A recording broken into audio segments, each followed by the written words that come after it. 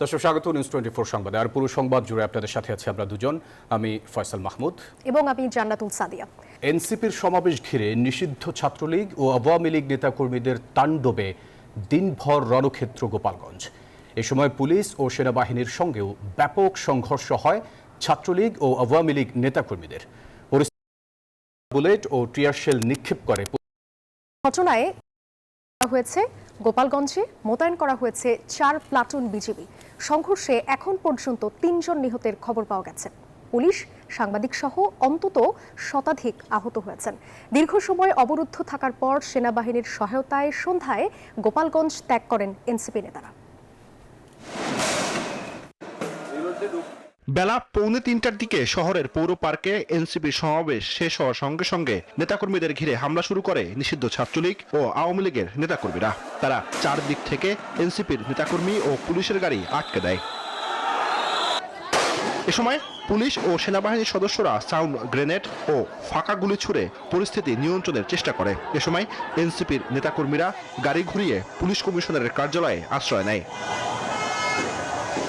Police ও সেনাবাহিনীর সঙ্গে দিনভর সংঘর্ষে সাংবাদিক, পুলিশ সহ আহত হয়েছেন অনেকে। এর আগে বেলা 1:45টার দিকে 200-300 লোক নিয়ে অস্ত্র শস্ত্র সহ এনসিপি সমাবেশে হামলা চালায় নিষিদ্ধ ছাত্রলীগ ও আওয়ামী লীগের নেতাকর্মীরা। ওই সময় মঞ্চের চেয়ার ভাঙচুর, ব্যানার ছিঁড়ে ফেলে তারা। এনসিপি নেতাকর্মী ও পুলিশ এক হয়ে ধাওয়া দিলে হামলাকারীরা পালিয়ে যায়।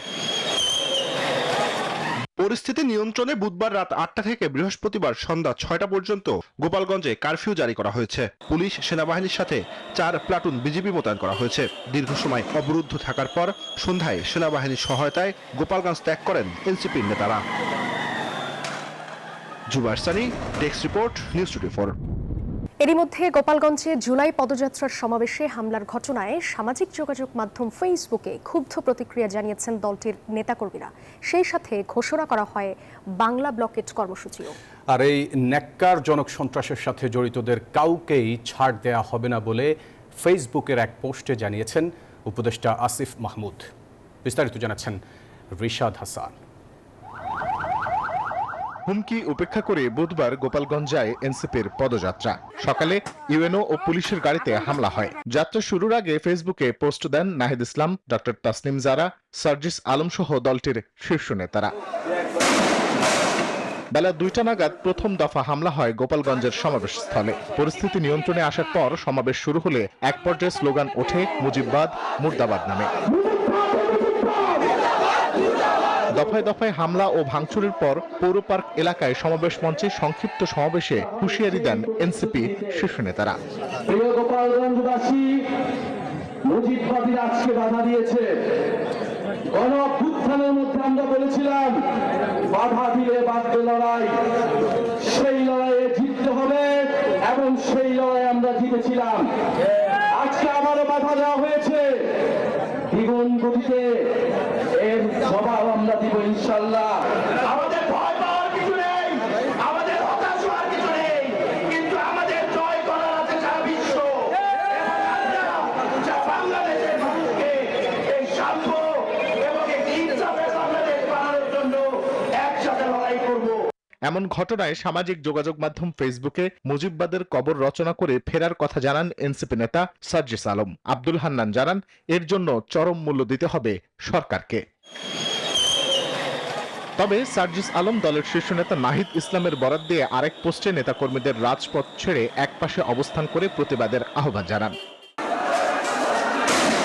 ঘটনার কিছুক্ষণ পরেই এনসিপি নেতাকর্মীদের নিরাপদে উদ্ধার করার কথা জানিয়ে উপদেষ্টা আসিফ মাহমুদ জানিয়েছেন ন্যাক্কারজনক ঘটনায় জড়িত কাউকে ছাড় দেওয়া হবে না।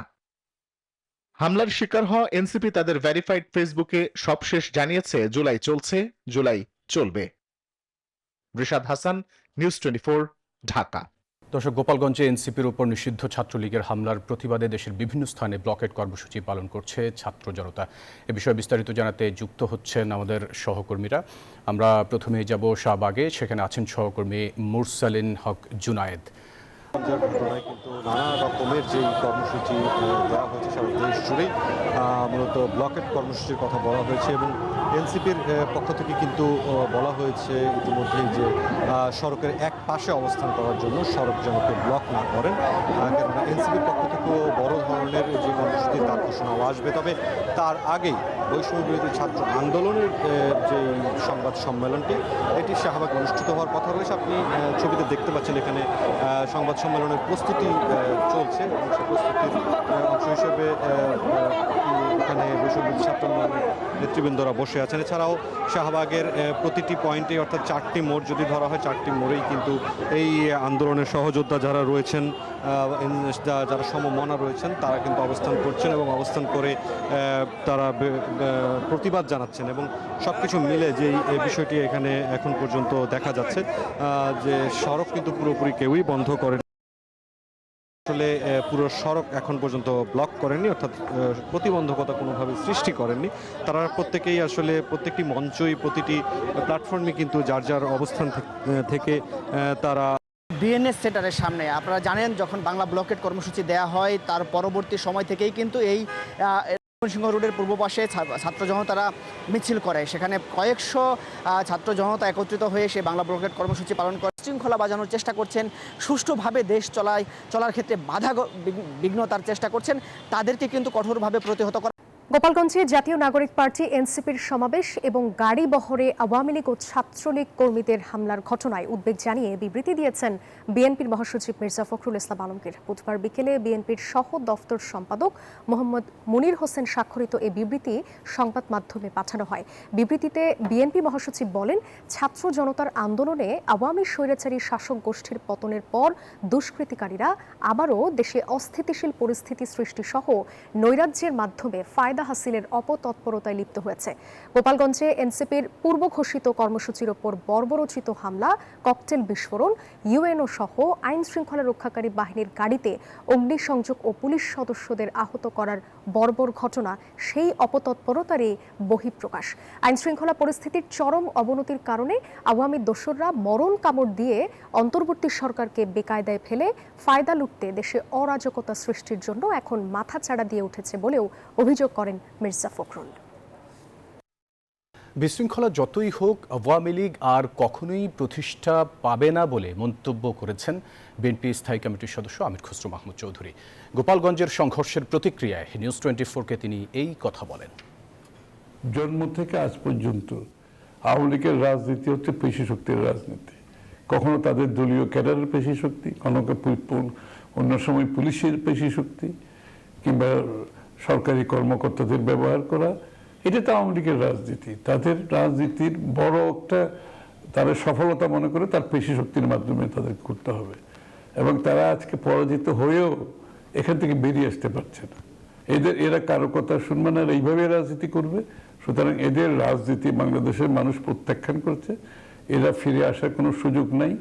যতই আক্রমণ করুক, যতই বাংলাদেশকে অস্থিতিশীল করার তারা চেষ্টা চালাক, প্ররোচনা চালাক, কোনো লাভ হবে না। বাংলাদেশের মানুষ সিদ্ধান্ত নিয়েছে, বাংলাদেশের মানুষ সুষ্ঠু রাজনীতি চায়।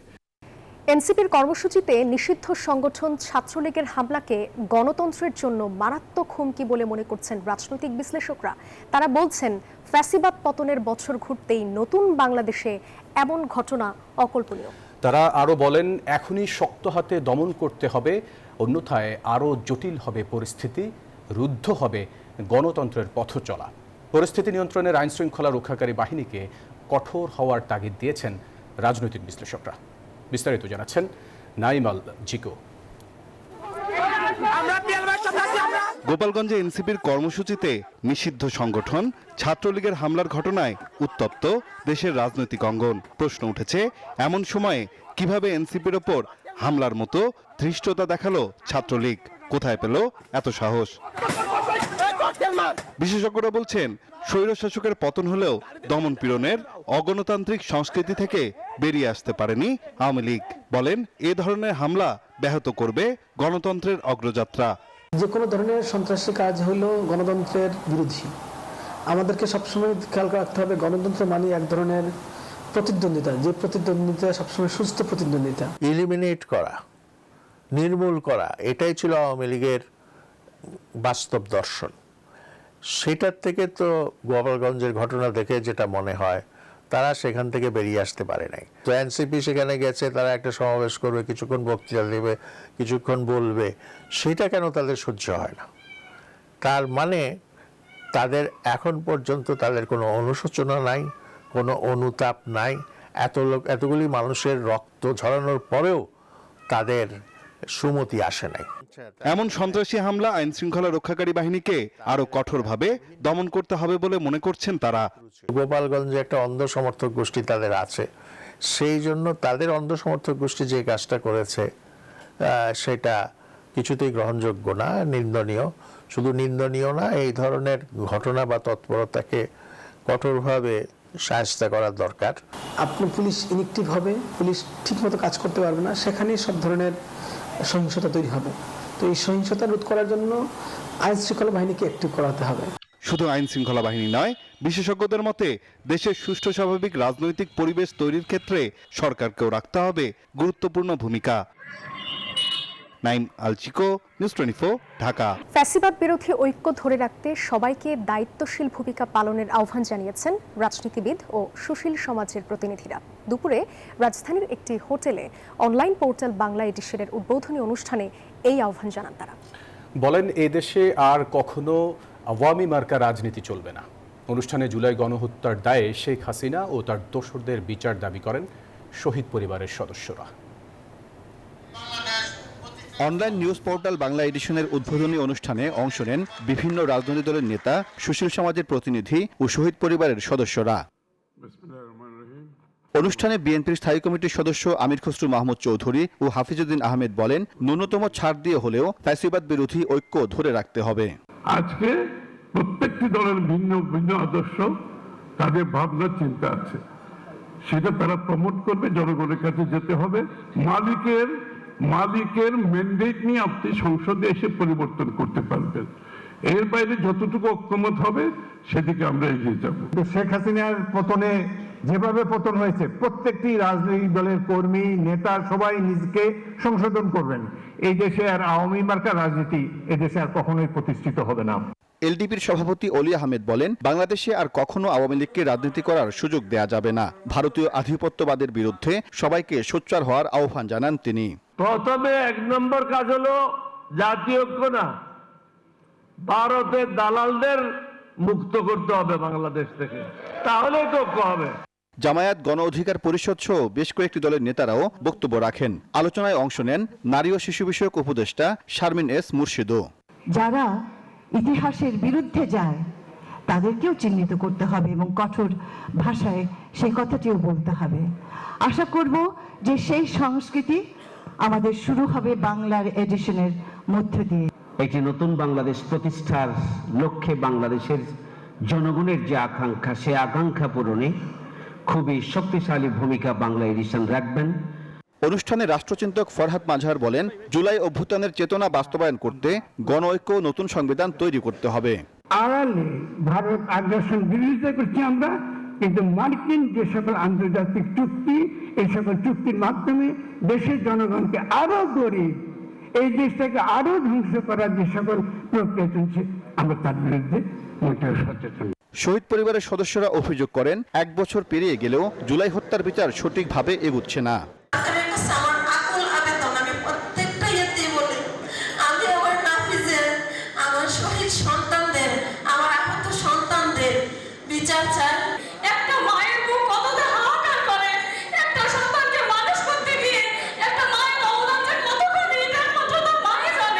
শহীদদের রক্তের সাথে বেইমানি না করে একটি বৈষম্যহীন বাংলাদেশ গড়ার আহ্বান জানান বক্তারা।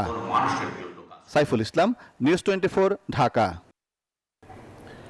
নানা কর্মসূচির মধ্য দিয়ে রংপুরে পালন করা হয় জুলাই শহীদ দিবস। গত বছর এই দিনে বৈষম্য বিরোধী ছাত্র জনতার আন্দোলনের সময় পুলিশের গুলিতে নিহত হন বেগম রোকেয়া বিশ্ববিদ্যালয়ের ইংরেজি বিভাগের শিক্ষার্থী আবু সাইদ। তার স্মরণে দিনটিকে শহীদ দিবস ঘোষণা করা হয়। দিবস ঘিরে আয়োজিত অনুষ্ঠানে আইন উপদেষ্টা বলেন, দ্রুতই আবু সাইদ হত্যার বিচার দেখতে পারবেন তার বাবা মা ও দেশবাসী। রেজাউল করিম মানিকের রিপোর্টে বিস্তারিত দেখুন। কবর জিয়ারত আর আবু সাইদ স্মরণেই রংপুরে শুরু হয় জুলাই শহীদ দিবসের আনুষ্ঠানিকতা।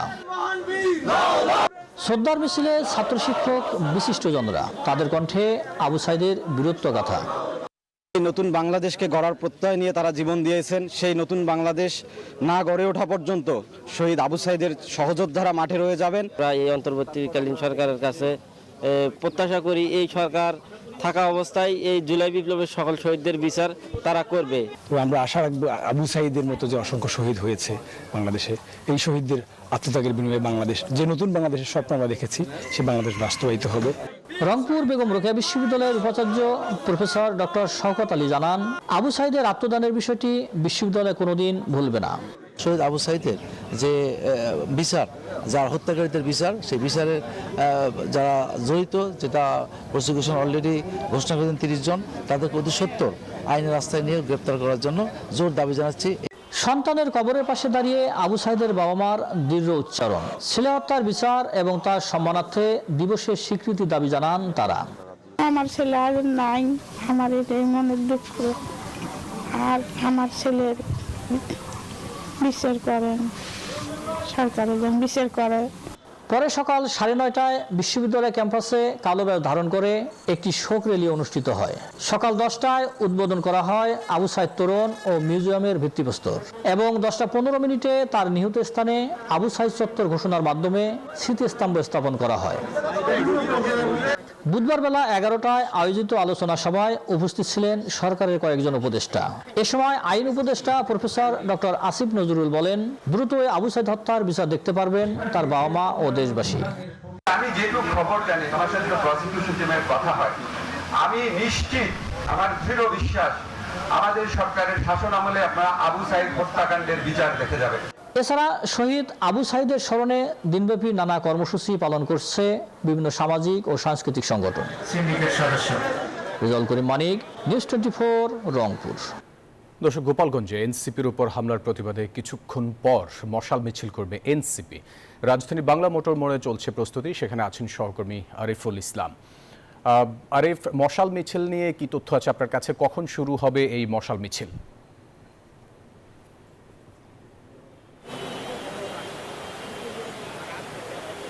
যে এই মুহূর্তে আমি রাজধানীর বাংলা মোটরে এনসিপির যে কার্যালয় রয়েছে, প্রধান কার্যালয়, সেই কার্যালয়ের সামনে রয়েছে। আর এখানে হচ্ছে নেতাকর্মীরা উপস্থিত হয়েছেন। আর পূর্ব ঘোষণা অনুযায়ী হচ্ছে তারা যে মশাল মিছিলের যে কর্মসূচি ঘোষণা করেছেন, সেই মশাল মিছিলের জন্য তারা প্রস্তুতি নিচ্ছেন। আর এর একটি অংশ কিন্তু শাহবাগে অবস্থান করছে। শাহবাগে যে ব্লকেট যে কর্মসূচি তারা ডেকেছিল, সেই ব্লকেট কর্মসূচি শেষ করে এদিকে আসবেন। এরপর হচ্ছে এখান থেকে একটি মশাল মিছিল শাহবাগ পর্যন্ত যাওয়ার কথা রয়েছে। সেখানে গিয়ে আবার সংবাদ সম্মেলন করে হয়তো এই কর্মসূচি সমস্ত ঘোষণা করবে। আর আপনি জানেন যে গোপালগঞ্জে যেই এনসিপির যেই সমাবেশ, পূর্ব ঘোষণা অনুযায়ী যে সমাবেশ আজকে হওয়ার কথা ছিল, যেটি হয়েছে।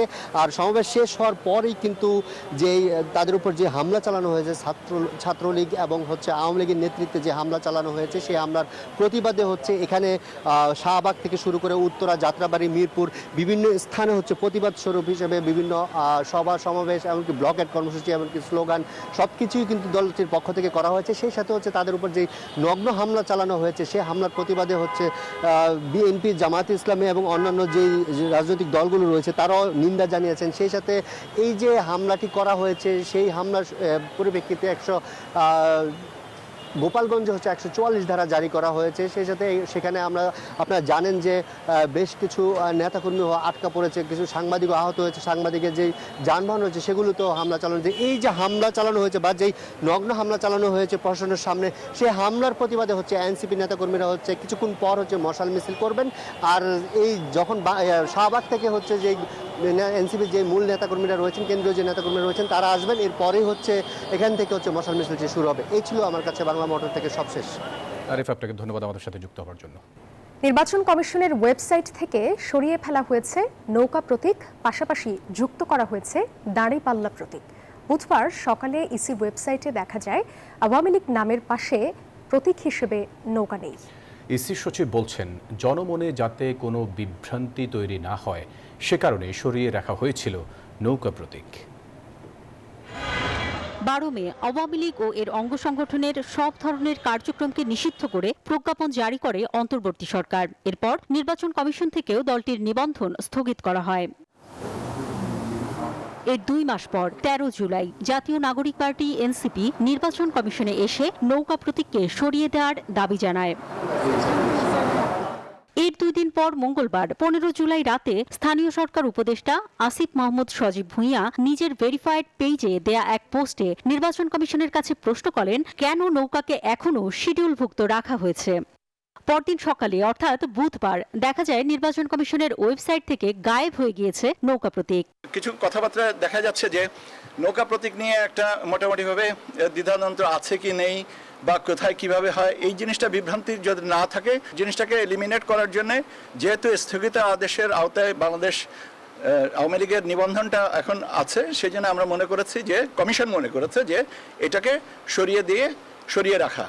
এদিকে জামায়াতে ইসলামীর নিবন্ধন ও দাড়িপাল্লা প্রতীক দিয়ে 24 জুন প্রজ্ঞাপন জারি করে নির্বাচন কমিশন, কিন্তু 22 দিনেও ওয়েবসাইটে যুক্ত হয়নি দাড়িপাল্লা প্রতীক। বুধবার সকালেই নির্বাচন কমিশন ওয়েবসাইটে যুক্ত করে দাড়িপাল্লা। সত্যি কথা বলতে গিয়ে এটা হয়তো আমারই ওভারসাইট বা আমাদের যে এটা গেজেটটাকে আপলোড করা হয়েছে, কিন্তু গেজেটের ধারাবাহিকতায় ওই জায়গাটাতে এই সাপ্লিমেন্টারি ইনফরমেশনটুকু দেওয়া উচিত ছিল, সেটা দেওয়া ছিল না, সেটাও আমরা ঠিক করে দিয়েছি। ইসি সচিব বলেন নির্বাচন কমিশনের উপর কোনো ধরনের চাপ নেই, আর নৌকা প্রতীক আওয়ামী লীগ ছাড়া অন্য কেউ ব্যবহার করতে পারবে না। ইলেকশন কমিশনে যদি চাপেই থাকবে তাহলে আমি আপনাদের সাথে কথা বললাম কেন? অন্তরা বিশ্বাস, নিউজ 24, ঢাকা। মালয়েশিয়ায় জঙ্গিবাদে সম্পৃক্ততার অভিযোগে 5 বাংলাদেশের বিচারিক প্রক্রিয়া শুরু হয়েছে। বাকিদের বিষয়ে তদন্ত চলছে বলে জানিয়েছেন পররাষ্ট্র উপদেষ্টা তৌহিদ হোসেন। কেউ সন্ত্রাসবাদে জড়িত থাকলে মালয়েশিয়ার প্রচলিত আইন অনুযায়ী 5 থেকে 7 বছরের জেল হতে পারে। সন্ত্রাসের প্রশ্নটা সেখানে আমাদের সরকার এটাকে খুবই গুরুত্বের সাথে বিবেচনা করে এবং এদের সবারই কিন্তু সন্ত্রাসবাদের সাথে সম্পৃক্ততা পাওয়া যায়। 5 জনকে তারা পেয়েছে মনে হচ্ছে, তাদেরকে তারা বিচার ব্যবস্থার উপরে নিয়ে আসছে, এদেরকে তারা ইনভেস্টিগেট করছে এবং কিছু ইতিমধ্যে সিদ্ধান্ত আসছে পাঠিয়ে। এর সাথে অবশ্যই নন ডিসক্লোজারের চুক্তি হতেই পারে, যে এই তথ্যটা আমরা দুই দেশের মধ্যে গোপন হবে, এটা হতে পারে। এই ছিল নিউজ 24 সংবাদে। দর্শক, দেশে করোনা ভাইরাস ও বিভিন্ন সংক্রমণের হার বেড়েছে। সংক্রমণ থেকে সুরক্ষিত থাকতে ব্যবহার করুন সেফনিল ফেস মাস্ক।